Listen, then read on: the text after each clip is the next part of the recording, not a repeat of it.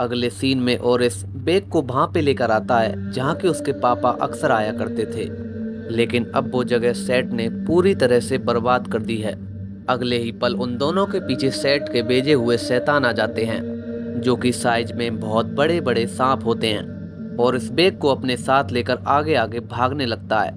तभी बेक उन्हें मारने के लिए ओरिस को एक आइडिया देता है और खुद उन सांपों का खाना बनने के लिए आगे आगे चला जाता है। तभी ओरिस एक सांप को उसी में फांस देता है, लेकिन जो दूसरा सांप था वो उन दोनों का पीछा करने लगता है। तभी ओरिस सांप के ऊपर पहुंच जाता है और उसके ऊपर बैठी मालकिन को मार देता है, जिससे सांप को नहीं पता चलता है कि उसे कैसे मुड़ना है, और वो दूर खाई में जाकर गिरकर मर जाता है। तभी वे दोनों देखते हैं कि उनके पास हथौड़ आ जाती है और वो पहले वाले सांप के आगे खड़ी हो जाती है। वो सांप को उसकी ही बातों में फंसा देती है, जिससे वो सांप अपने आप को जला लेता है और वे तीनों बच जाते हैं। हथौड़ से मिलने के बाद ओरिस उससे कुछ नाराज रहता है। ओरिस एकदम से हथौड़ का भरोसा नहीं करता है, क्योंकि वो सेठ की पत्नी रह चुकी होती है, जबकि हथौड़ ओरिस को समझाने का पूरा प्रयास करती है कि सेठ तुम्हारा ही नहीं बल्कि उसका भी दुश्मन है। आगे चलने के बाद वे अपनी पिरामिड जाने की योजना के बारे में बातें करते हैं। तभी वहां का चौकीदार उनसे बताता है कि पिरामिड एक पहेली पूछता है और अगर तुम उसका जवाब गलत देते हो तो वो तुम्हें मार देगा। तभी वे तीनों सबसे बुद्धिमान देवता के पुस्तकालय में जाते हैं, जहां दिखने में सभी लोग एक जैसे होते हैं। तभी ओरिस पिरामिड की पहेली को हल करने के लिए उन्हें अपने साथ चलने के लिए कहता है, लेकिन वो ओरिस का कहना नहीं मानते हैं और मना कर देते हैं। तभी बेक बुद्धिमान देवता की हंसी उड़ाता है कि तुमसे पहेली का हल नहीं निकलेगा, इसीलिए तुम जाने के लिए मना कर रहे हो। अपना मजाक बनता देख वे उन तीनों के साथ चलने के लिए हाँ कर देते हैं। जैसे ही वे पिरामिड के पास पहुंचते हैं तो उन्हें पता नहीं होता है कि कौन सा रास्ता अंदर जाने का है। तभी वे अचानक से एक दरवाजे में घुस जाता है और किस्मत से वो दरवाजा सही निकलता है। अंदर आने के बाद उन चारों से आगे बढ़ने के लिए एक पहेली पूछी जाती है। पहली बार में बुद्धिमान देवता उसका जवाब गलत देते हैं और वो राक्षस उन सबको मारने के लिए तैयार हो जाता है। तभी तीसरी बार में वे उसका जवाब सही दे देते हैं, जिससे उनके अंदर जाने का रास्ता खुल जाता है। अंदर जाने पर वे सेठ के द्वारा कैद कर लिए जाते हैं। सेठ वहां आता है और बुद्धिमान देवता का दिमाग निकाल लेता है और दिव्य जल की शीशी बेक को मिल जाती है। बेक उस शीशी को पिरामिड में डालने ही वाला होता है। इससे पहले सेठ उस शीशी को छीन लेता है और उस जल को नीचे बिखेर देता है, जबकि बेक को वो हॉरिस की धोखाधड़ी के बारे में भी बताता है कि हॉरिस तुम्हारी प्रेमिका को उस दुनिया से वापस नहीं ला सकते हैं, और ये कहने के बाद वो वहां से चला जाता है। तभी हॉरिस हथौड़ और बेक को बचा लेते हैं और उनसे नाराज बेक को समझाते हैं कि प्राण वापस लाने से ज्यादा उनका अपना प्रतिशोध लेना ज्यादा महत्वपूर्ण है।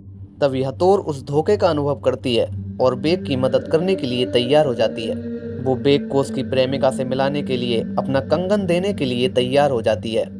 कंगन निकालते ही हथौड़ को राक्षसों द्वारा खींच लिया जाता है, जबकि और इस कंगन को बेक को दे देता है। कंगन लेकर बेक मृत्युलोक की दुनिया में पहुंच जाता है, जहां लोग दोबारा जन्म पाने के लिए कुछ आभूषण दे रहे थे, और जिनके पास आभूषण नहीं थे उन्हें नरक की दुनिया में भेजा जा रहा था। जैसे ही जाया का नंबर आता है तो बेक वहां पर पहुंच जाता है और जाया को कंगन देकर कहता है कि तुम इससे दोबारा जन्म पा सकती हो। तभी हम सेठ को देखते हैं, जिसके पास तेज दिमाग होता है, ओरिस इसका दिल होता है और हॉरिस की आंख होती है। इन सबको साथ मिलाकर वो अपोसिस से लड़ना चाहता है, लेकिन इसके लिए उसे सूर्य देवता के पास जाना होगा। अगले ही पल सेठ सूर्य देवता के पास पहुंच जाता है और उनसे अपोसिस के खिलाफ लड़ने की परमिशन मांगता है। तभी सूर्य देवता समझाते हैं कि उसने अपोसिस को बड़ी कठिनाइयों से तैयार किया है, क्योंकि सूर्य देवता के पास वो ही दुनिया का रक्षक बनेगा। सेठ ये सुनकर निराश हो जाता है, क्योंकि उसका सोचना है कि वो अकेला दुनिया पर रहेगा और उस पर राज करेगा, और जब वो दुनिया का राजा होगा तब वो अमर होगा, कोई भी उसे मार नहीं सकेगा। अब सेठ को अमर बनने के लिए पृथ्वी को नष्ट करना होगा।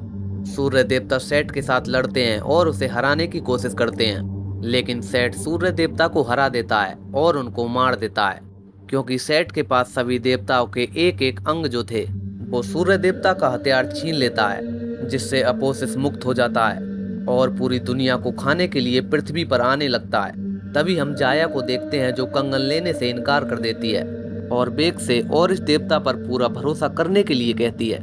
बेक और इसके पास दोबारा से लौट आता है और इस ये सोचकर अचंभित होते हैं कि बेक अभी भी उनकी मदद करना चाहता है, लेकिन बेक कहता है कि जाया ने उसे ऐसा करने के लिए कहा है।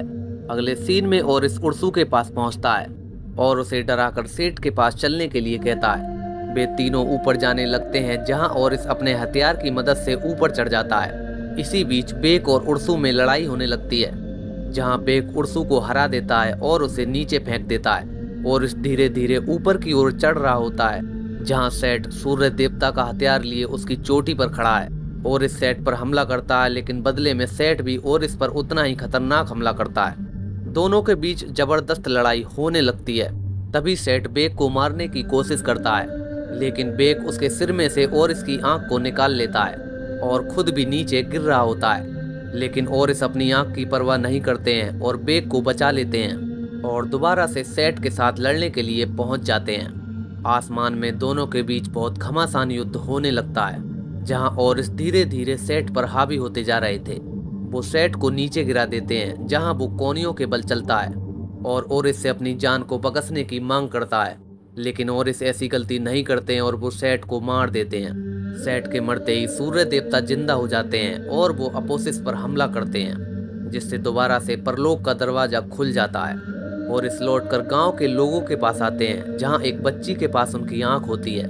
और इस अपनी आंख पाकर खुश हो जाते हैं, लेकिन बेक को मरता देखकर वे उदास हो जाते हैं और इस बेक को लेकर अपने पिता की समाधि में चले जाते हैं और बेक के सबको जाया के पास रख देते हैं। तभी वहां पर सूर्य देवता प्रकट होते हैं और ओरिस को मिस्र की सुरक्षा करने के लिए उन्हें कोई भी वरदान देने के लिए हाँ करते हैं। ओरिस अपने दादाजी से उन दोनों की जिंदगी मांगते हैं और देखते ही देखते वे दोनों जीवित हो जाते हैं। जाया अपने ओरिस देवता को देखकर बहुत ज्यादा खुश होती है।